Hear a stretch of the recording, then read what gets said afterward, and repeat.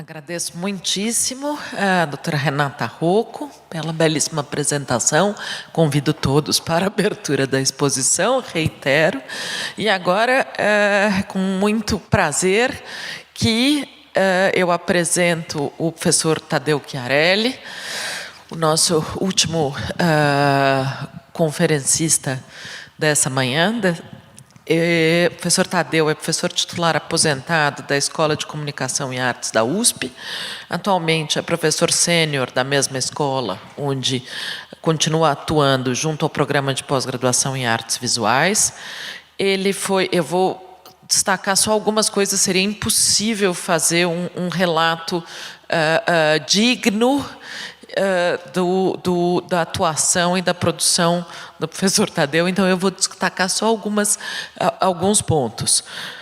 Ele foi diretor do Museu de Arte Contemporânea da USP, diretor-geral da Pinacoteca do Estado de São Paulo, curador-chefe do Museu de Arte Moderna de São Paulo. Ele tem literalmente dezenas de publicações, entre artigos, livros e capítulos de livros sobre a arte, crítica da arte no Brasil. Eu destaco dois, o já mais do que clássico Cânone Ojeca na Vernissage e Pintura Não É Só Beleza, a crítica de arte de Mário de Andrade, que recebeu o prêmio Sérgio Milliet da Associação Brasileira de Críticos de Arte. Em 2017, o professor Tadeu Chiarelli recebeu o prêmio Mário de Andrade da BCA, por sua trajetória como crítico, curador e dirigente das principais instituições de arte do país. Sem mais, então, por favor, Tadeu. Obrigado. Bom dia a todos e a todas. Eu queria agradecer, em primeiro lugar, aos organizadores desse evento e também a Sônia Salstein e a Mônica Dantas pelo convite. Eu fico muito feliz de estar aqui com a Ana Paula e com a Renata, são duas colegas de tantos anos, e a jovem Renata, e nós acompanhamos um pouco da trajetória dela. Bom, enfim, eu vou tentar ser breve. Eu estou aqui com uma comunicação, digamos assim, que, na verdade, é a terceira versão de um texto que eu venho escrevendo, quer dizer, que teve 3 versões, né? Uma versão para um livro sobre... Gente, acho que desculpa, sobre a coleção Nemirovsky, que foi quando foi apresentada no Museu de Arte Moderna de São Paulo. Então, uma primeira versão. Depois, uma segunda versão. Esse texto sofreu para uma apresentação que eu fiz na Associação Internacional dos Críticos de Arte, esse ano. E agora vem uma terceira versão para cá. Prometo que vai ser muito rápida, para não... Enfim, por causa do tempo. Eu só queria dizer o seguinte, que essa problemática, vocês vão reparar, eu achei incrível que a Ana Paula fala dos modernistas, né, das modernistas, no âmbito ali da década de 1920, 1930. A Renata, ela apresenta essa expansão, vamos dizer, de um ideário modernista a partir da coleção, sobretudo da coleção magnífica do casal Fulvio e Adolfo Lerner. E então a minha contribuição acho que vem a calhar porque ela se adianta um pouco mais e eu acho que vocês vão entender minha proposta. O título da minha comunicação é A Fabricação da Semana, uma história a ser contada. Então, eu vou pedir licença para ler, porque... neste ano em que se comemora no Brasil os 100 anos da Semana de Arte Moderna, ocorrida em fevereiro de 1922 no Teatro Municipal, seria importante propor uma reflexão sobre o processo de institucionalização que colocou aquele festival como a arte moderna no Brasil. Meu objetivo será demonstrar que o mito da semana, ícone da modernidade brasileira, é o resultado de um processo de construção levado a efeito décadas depois de ocorrido aquele evento.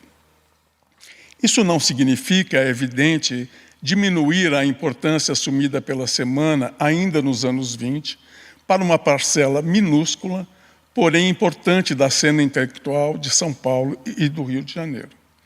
A semana aglutinou artistas e intelectuais para divulgarem posicionamentos estéticos e artísticos que se diferenciavam da prática cultural em voga em São Paulo na época. Está dando para acompanhar?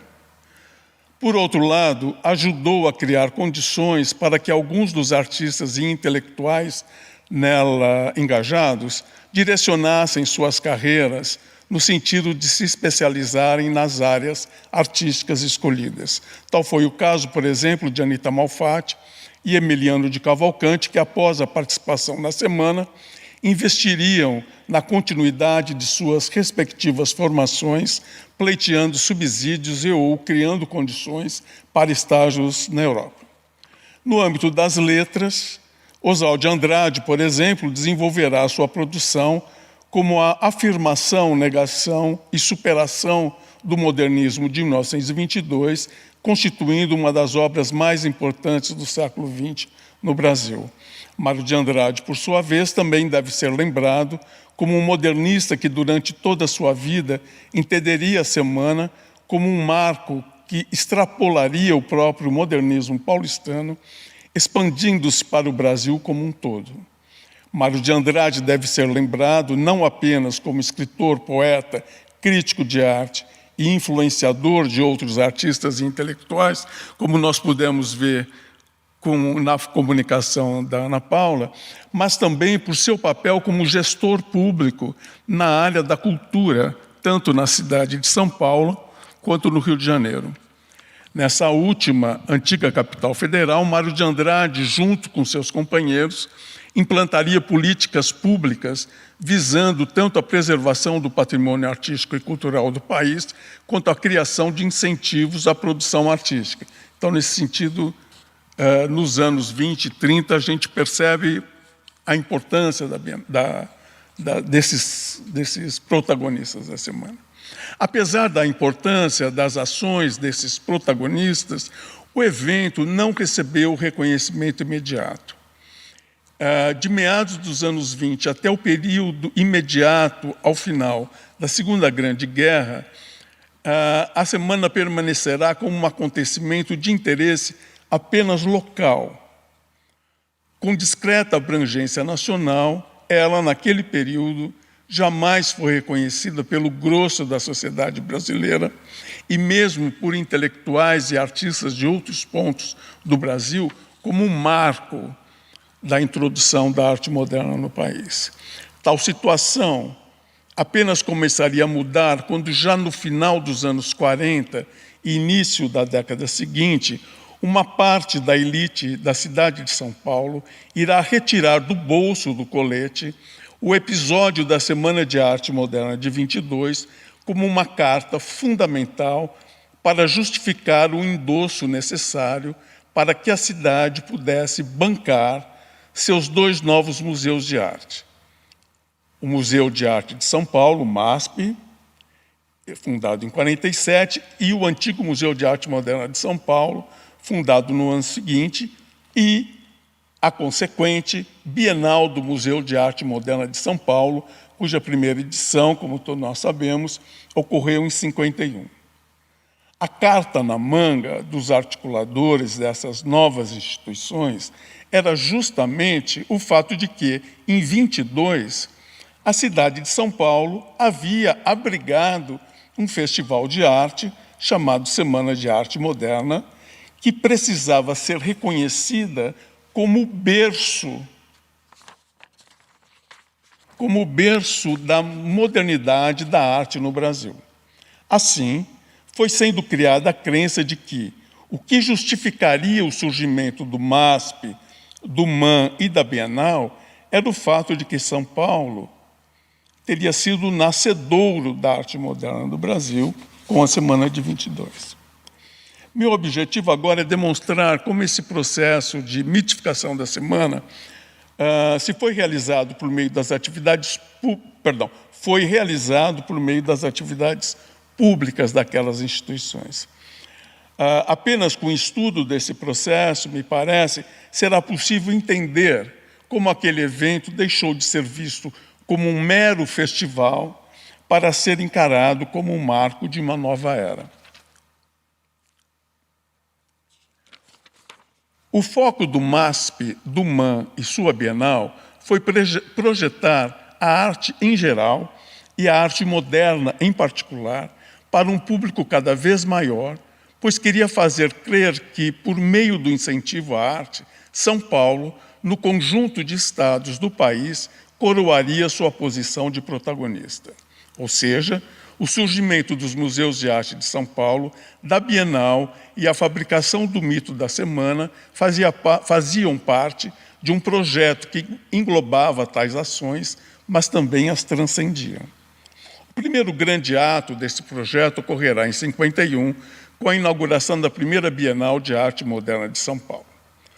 Com a Bienal, a arte brasileira era situada num contexto internacional, em vivo contato com a arte dos outros países, como era o desejo de Lourival Gomes Machado, diretor artístico do certame. Porém, para projetar São Paulo e a arte contemporânea brasileira, era necessário construir aquela plataforma histórica já mencionada, uma base que sustentasse tão grande impulso. E como essa base parecia não existir, pelo menos de forma já sedimentada, era preciso fabricá-la.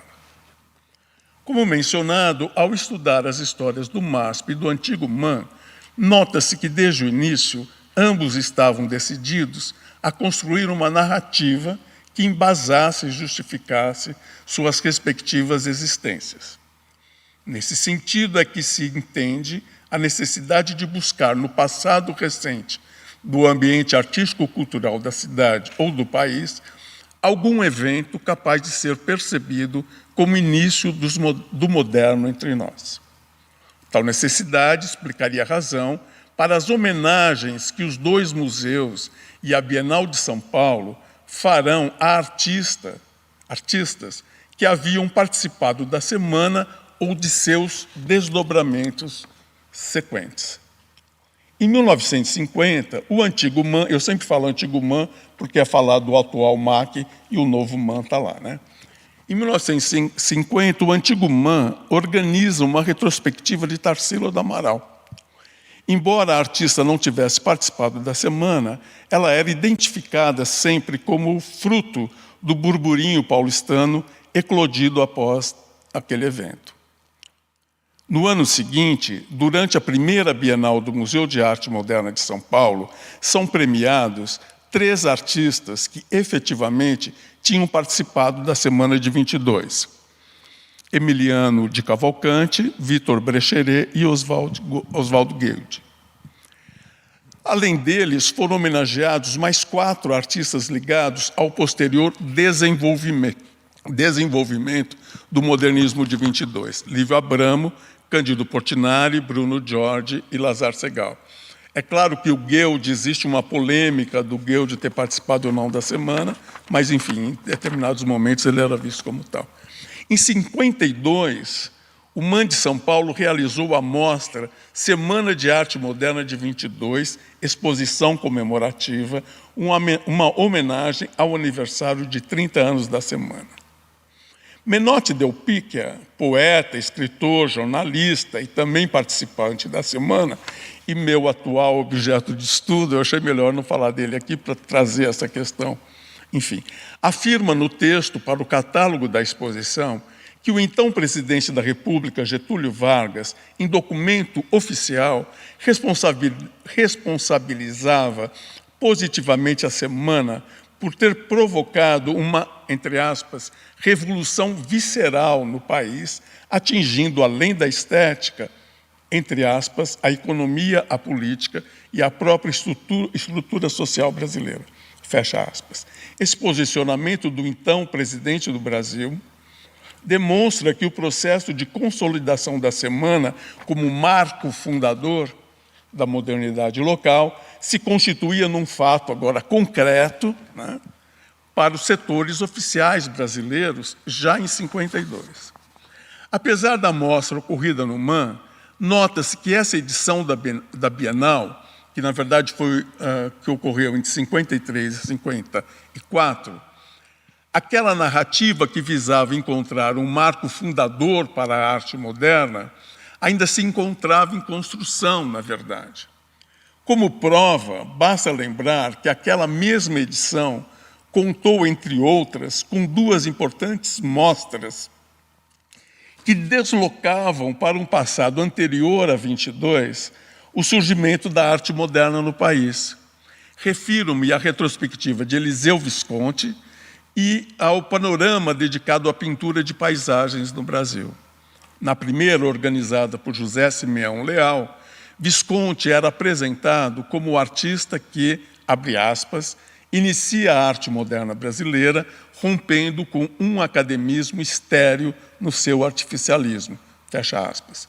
Com essa retrospectiva do artista, que era identificado de forma controversa, que ainda é identificado de forma controversa com a vertente impressionista da pintura, é possível conjecturar que uma nova possibilidade narrativa tentava se sobrepor àquela que resgatava a supremacia paulista por meio do enaltecimento da semana. A ideia era: o Rio de Janeiro, com Visconti, foi moderno antes de São Paulo. Já o panorama sobre a pintura de paisagens durante o século XIX parecia querer resgatar uma narrativa surgida ainda naquele século, ou seja, ainda no século XIX, que dizia o seguinte, dois pontos.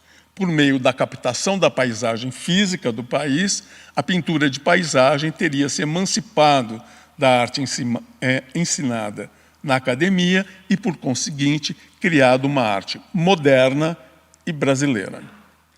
Esse recurso em busca das raízes, entre aspas, do modernismo anteriores à semana, não se desenvolveu apenas nas edições seguintes à Segunda Bienal.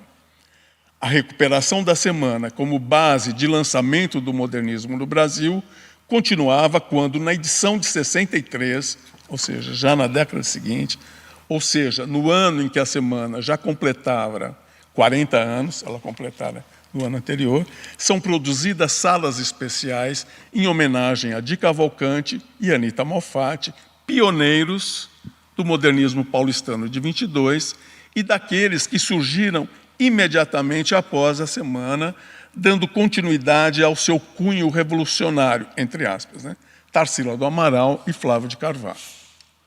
Durante os anos 60, os responsáveis pelas edições das bienais trabalhavam para sedimentar o mito de que a arte contemporânea brasileira era derivada do modernismo de 22, ligando o passado de 22 ao presente dos museus e das bienais de São Paulo. Em outra oportunidade eu escrevi, abre aspas, não resta dúvida de que essa foi uma importante estratégia para a construção de uma história da arte brasileira do século XX, onde os cortes, lacunas e hiatos foram todos obliterados a favor de uma ficção triunfalista, para usar a expressão, que conta a história do modernismo paulistano como uma saga feliz e sem percalços maiores, de Anita ao museu.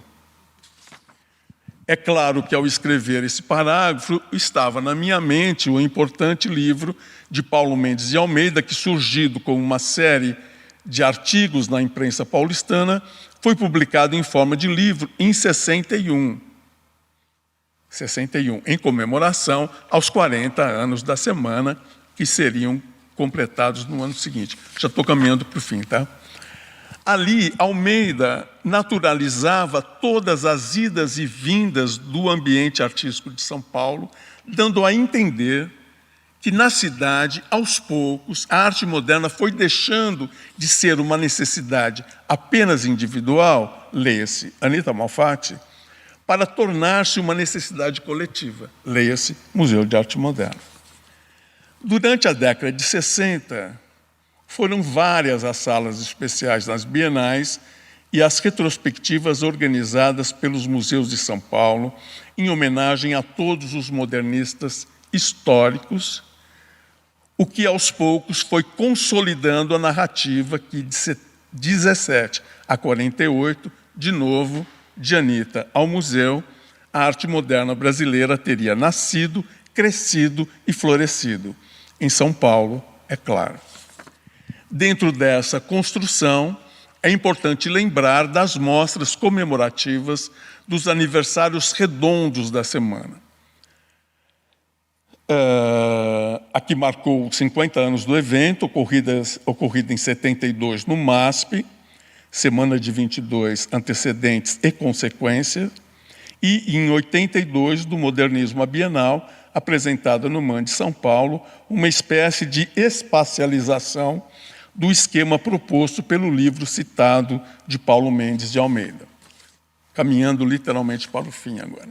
A divulgação dos artistas da semana e seus descendentes, divulgados pelos museus paulistanos e pelas várias edições da Bienal, aos poucos foram retirando as obras dos ateliês e depósitos dos artistas, fazendo-as migrar para as paredes de alguns poucos museus, infelizmente, e para aquelas paredes dos novos colecionadores, sobretudo os de São Paulo. Eu me lembro aqui da coleção Adolfo Lerner, que foi doada, essa parte foi doada para o Museu de Arte Contemporânea, e também a coleção Nemirovsky, que elas foram formadas a partir dos anos 60 nos leilões que eram feitos, sobretudo endereçados à comunidade judaica de São Paulo, para a construção do Museu Albert Einstein, do Hospital Albert Einstein. Então, muitas das obras são compradas nesse período. Ou seja, elas saem dos ateliês e vão para os colecionadores e para alguns museus que demonstram o processo de institucionalização delas. Como corolário desse processo, eu destacaria o trabalho da nossa Universidade de São Paulo, que a partir do final dos anos 60, com um papel também de protagonista desse evento, que é o Walter Zanini, tão falado pelas nossas colegas, passa a incentivar a elaboração de uma série de dissertações e teses sobre o modernismo paulista e os artistas que o integraram, entronizando o movimento e seus protagonistas como o modernismo brasileiro. Finalizando, deixo registrado que a instrumentalização da Semana de Arte Moderna de 22 pelos responsáveis pelo MASP, MAN e Bienal precisa ser melhor estudada. A meu ver, reside nesta questão a base de expansão da semana como ícone do nascimento do modernismo brasileiro em São Paulo, ícone esse que a cada dia ganha mais seguidores na sociedade brasileira. Então, se na década de 20 ninguém sabia o que tinha sido a semana, hoje você pode perguntar que as pessoas sabem. A compreensão da semana como marco da arte moderna no Brasil, por sua vez, colabora com o reconhecimento definitivo dos artistas que dela participaram ou que dela receberam um ímpeto transformador. Por outro lado, destacar o processo de fabricação do mito da semana contribuirá para o entendimento não apenas do processo histórico que o possibilitou, mas igualmente nos instruirá sobre o discurso sobre a arte e suas instituições, que não deixam de ser o que são: discursos, construções às vezes mais próximas da ficção do que do real. Muito obrigado.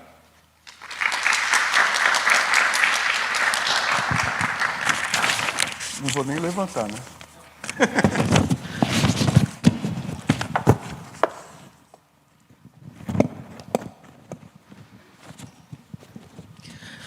Primeiramente, muito obrigado, Tadeu, fantástico.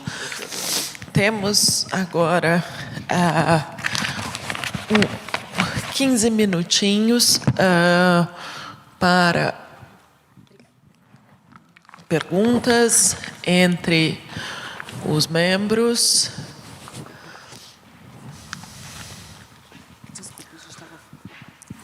tem problema.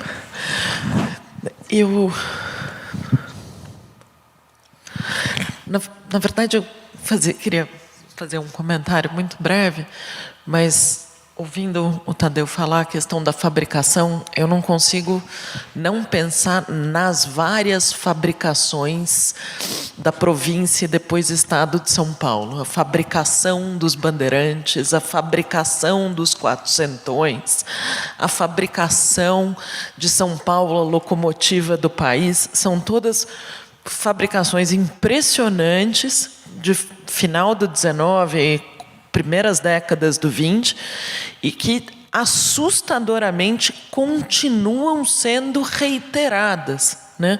Eu sou professora de História do Brasil, então a gente vê que as gerações acabam ainda chegando com essa imagem, essas várias imagens.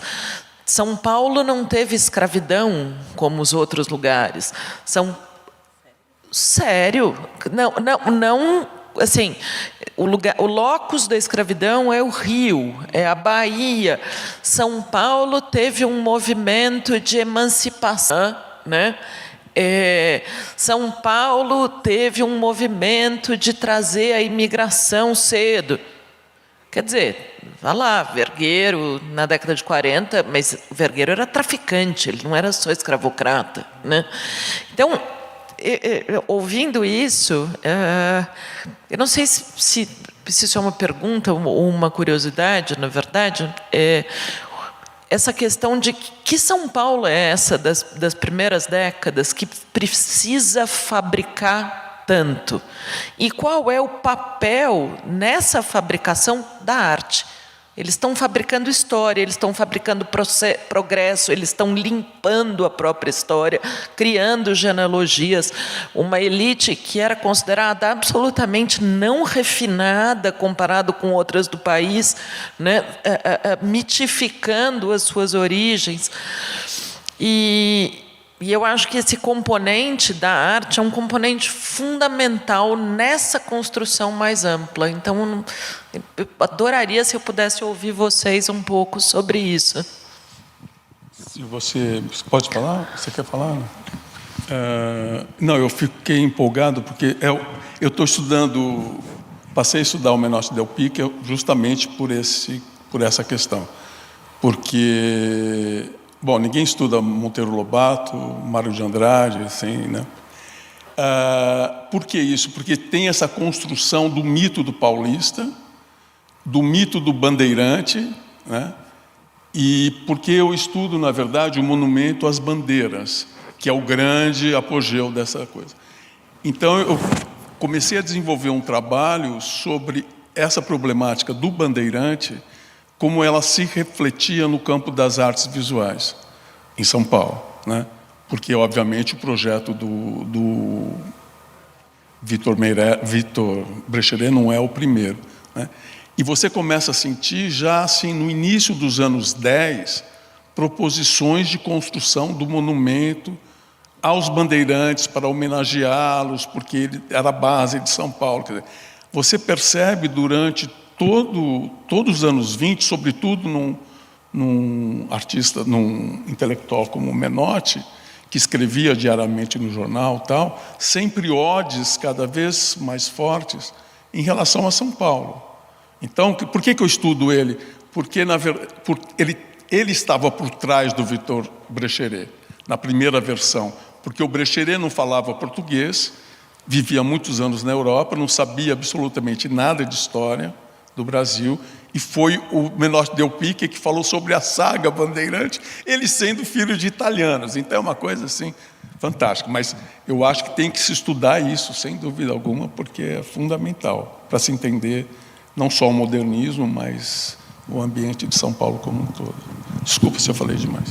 Imagina, foi ótimo. Aliás, Tadeu, só um comentário, tem uma pintura do Menotti em exposição lá no Sesc Pinheiros, no Desvairios, e eu comentei isso com o Marcos Moraes, aqui do IEB, que ele falou que no sábado, e ele falou, precisa se estudar melhor o Menotti, porque não teve maior criador de mitos do que o Menotti. Então, enfim...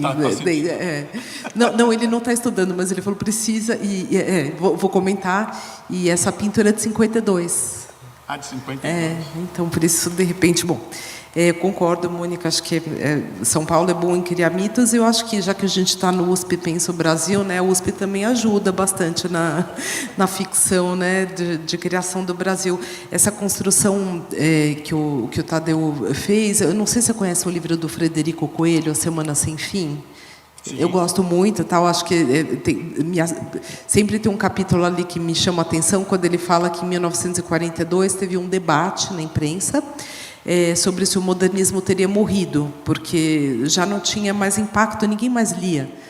Mário, Oswald, em 42, eram outros, era muito mais o romance regionalista, outros escritores, né? Então, isso para mostrar que nem sempre esse modernismo dos anos 20 realmente teve esse lugar, essa estabilidade. E ele atribui muito papel ao texto do Antônio Cândido, que sai no final de 49, se não me engano, comecinho dos anos 50, chamado Modernismo 30... Eu não lembro exatamente, 3045, eu acho. Enfim, nesse texto, o Antônio Cândido pontua a centralidade do modernismo paulista como uma continuidade na ideia de, enfim, criação de um Brasil que viria do romantismo. E daí eu lembro, nós, né, que somos do IEB, do papel, né, que o Cândido tem, a Gilda, na FEFELESTE e no próprio IEB, né? A coleção do Mário veio intermediada pelo Antônio Cândido, né? Para o Instituto de Estudos Brasileiros. Foi ele que fez essa... Então, eu digo isso porque eu acho que a USP tem também uma fala, né, nesse processo de institucionalizar um tipo de modernismo, colocando São Paulo, né, como o lugar. E a gente continua projetando isso, mesmo quando a gente faz a crítica, a gente está dentro desse sistema, né? Mas isso eu acho que é inescapável, acho que a gente faz a crítica, mas ao fazer a própria ideia de que o modernismo se dá em São Paulo, que São Paulo é mais moderno, acaba saindo reforçada mesmo com a crítica. Não sei se é muito claro isso, mas aqui eu acabei de ler uma tese sobre a ideia de arte latino-americana, gostei muito do trabalho de um mexicano, e ele fala que mesmo quando a gente desconstrói a ideia de uma arte latino-americana, você está no sistema de circulação da ideia, né? Enfim, só para também contribuir um pouco nisso, eu lembro de um texto do Herkenhoff, que é um texto polêmico, mas que tem um ponto interessante, que é quando ele fala do ocularcentrismo do Mário, né? E da semanalotria, não sei se pode falar desse jeito, enfim, da mitificação da semana. Se a gente olhar o modernismo, saindo um pouco da ideia das artes visuais, das belas artes, e pensar o moderno a partir, por exemplo, da música, a gente não tem como colocar que a pátria do modernismo é São Paulo. É inviável, né? Mesmo se a gente pensar em termos nos termos clássicos, relação entre erudito e popular, o Rio de Janeiro estava na frente, né? Então, ele fala que tem uma estratégia narrativa de se associar o modernismo a uma linguagem específica, que é a das belas artes, porque nesse campo talvez São Paulo tenha sido, não sei se primeiro, porque eu acho que essa discussão de origens é um pouco também mitificadora, né? Mas tenha sido mais institucionalizado. Agora, se a gente desloca para o campo da música, isso muda de figura. Então, enfim, tem um conjunto de estratégias assim, narrativas, e das quais eu acho que a gente não abriu completamente mão, né? Se a gente pensar que o Brasil é um país tão musical, tão ligado à dança, por exemplo, essas linguagens não estariam aqui. E a gente também não conseguiria arquivá-las tão bem quanto aquelas ligadas a esse tipo de prática que está nos museus. Não sei se eu ajudei, mas eu acho que, enfim, a USP também precisava fazer um pouco do meia-culpa, e nós do IEB também, mas você sabe tão bem quanto eu que não é fácil, na medida em que a gente está muito ligado aos grandes nomes, às grandes personalidades e às grandes assinaturas. Isso acaba reforçando um cânone, não tem muito jeito, né? Só um pequeno comentário, rapidinho, pegando um gancho nisso que você falou, os estudos do Rafael Cardoso, né, que falam, por exemplo, da mídia impressa. Quando a gente olha, né, você tem uma modernidade que está acontecendo muito antes da semana, não só nas ilustrações, mas mesmo nas propagandas e tudo mais. Então, eu acho interessante a gente fazer a reflexão também por esses outros meios. Agora eu estou pensando mais sobre isso, justamente por conta dessas exposições que a gente fez e que eu comentei aqui. E só um comentário daí sobre essa ideia de fabricação, né? Isso é tão forte. Você pega um livro didático hoje, né, numa escola das minhas filhas, por exemplo, o que é o modernismo? E aí você tem aqueles nomes e você tem as semanas, né? E agora em fevereiro, então isso foi elevado à milésima potência. Era a minha diversão ficar olhando os jornais à noite, vendo isso, porque realmente o mito continua a ser reiterado, né? A gente não... Enfim, temos que discutir muito e não só na universidade, né? Colocar isso para fora, porque senão a gente fica com essa impressão que realmente, né, quem está fora, que o modernismo foi a semana de 22 e não tinha nada antes disso, enfim. É um pequeno comentário. Eu agradeço.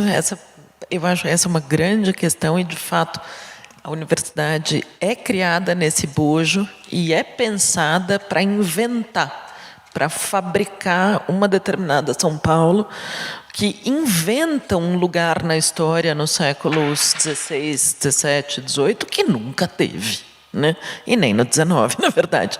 Então, de fato, esse é o lugar. A USP pensa o Brasil, é a USP repensar a si mesma e o seu papel, portanto, dentro da política. Isso tudo está no âmbito da política. Eu acho que, na atualidade, no mundo em que estamos agora, repensar a política nos seus várias vertentes, e a gente vê o quanto a cultura e a arte são fundamentais, né? Diferentes são os usos, óbvio, mas eu acho que é o lugar certo para a gente discutir isso. Eu não sei se vocês querem... Temos ainda um tempo, se vocês quiserem... Eu queria só fazer uma pergunta para você, professora Simeone. Na verdade, sobre essa questão do primitivismo da Anita, né? Sobre esse primitivismo religioso, não lembro agora exatamente como você falou, eu anotei aqui, porque na Itália, nessa época, não tinha... Agora eu estou estudando o Máximo Campilli, as pinturas que estão lá no MAC, e o primitivismo que ele adota é a origem etrusca, italiana, né? Então, tinham vários primitivismos em jogo, você aponta isso no seu livro, que eu estou lendo. Não tem uma definição, né? Uma categoria fluida, digamos assim. E aí, se você pudesse falar só mais um pouco sobre isso, por que você acha que ela, digamos, escolhe esse primitivismo? Difícil essa pergunta, Renata. Parece simples, né? Mas não é tanto. Eu acho que a Anita, como outros artistas da geração, ela queria ser uma artista universal. Assim, essa ideia de que ela era uma artista brasileira, tinha que representar o Brasil, não era uma coisa, enfim, tão, sabe, clara para vários deles, né? E isso eu concordo com o Sérgio quando ele fala que o Segal também, por exemplo, quando ele, né, quer ser um artista brasileiro, é um momento que a obra dele parece que não está muito ajustada, porque afinal essa identidade, inclusive para quem é filho de imigrante, é muito mais complexa, né, naquele período. Aliás, um comentário, vários sobrenomes italianos, né, aqui nessa mesa, mas enfim, eu acho que esse debate sobre o primitivismo é como o Gombrich fala, não existe um primitivismo. Existem muitos primitivismos. O que existe é uma busca por uma fonte de renovação da arte ocidental que é vista como decadente, corrupta, cerebral. Isso está muito associado à academia. Isso é claro, assim, quase todos eles falam que a academia congelou a arte, tornou a arte uma fórmula. Eu nem sei se eu concordo com essa visão da academia, mas ela é muito, muito reiterada. Então, o que vai diferir, do meu ponto de vista, é onde você vai encontrar a fonte de renovação.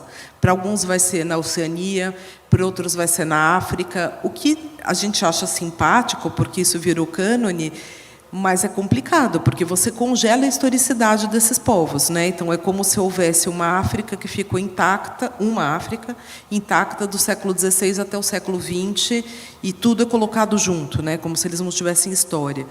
Então, alguns vão encontrar essa fonte de renovação antes do começo das academias, que começam no século XVI. Então, daí seja primitivos italianos, primitivos flamengos, Primitivos franceses não cola muito, mas alguns falam de primitivos alemães também. Então, enfim, todos os artistas anteriores à academia. E alguns vão mais longe ainda, etruscos, egípcios. Não é à toa porque, assim, tem, por exemplo, uma produção na escultura que eu acho muito estranha, de retomada do Egito nos anos 20. Tem a ver também com a descoberta do patrimônio, tem a ver com isso, uma coisa de época, e que é o que eles exploram nessa exposição até do Sesc Pinheiros, mas tem a ver também com isso, uma busca por fontes.